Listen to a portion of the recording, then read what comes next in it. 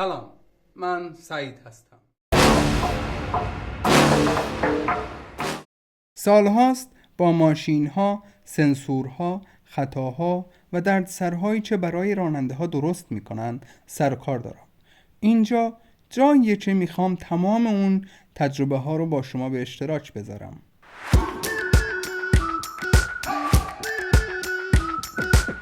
توی این کانال قراره درباره سنسورها، قطعات مهم خودرو، علائم خرابی و مشکلاتی که ممکنه براتون ایجاد کنند صحبت کنم.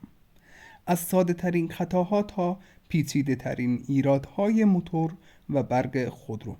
همه چیز رو دقیق، واضح و بدون حاشیه توضیح میدم.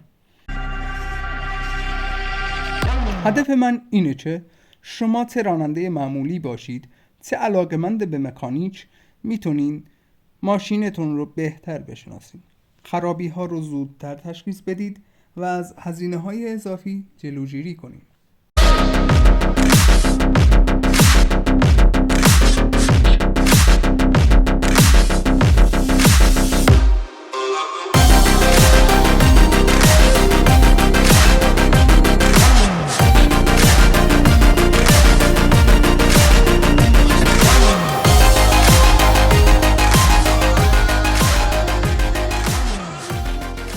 اینجا قراره یاد بگیریم چرا یک سنسور میتونه کل عملکرد ماشین رو به هم بزنه، چطور یک قطعه ساده باعث مصرف سوخت بالا میشه و چه نشونه هایی رو نباید هیچ وقت نادیده بگیریم.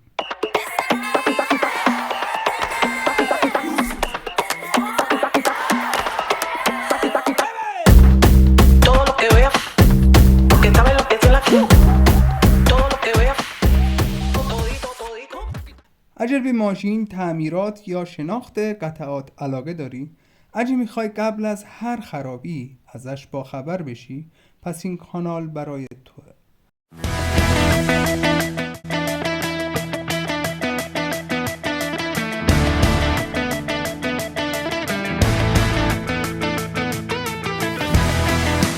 خوش اومدی به دنیای مکانیک، جایی که هر ویدیو یک قدم تو رو حرفه‌ای‌تر میکنه.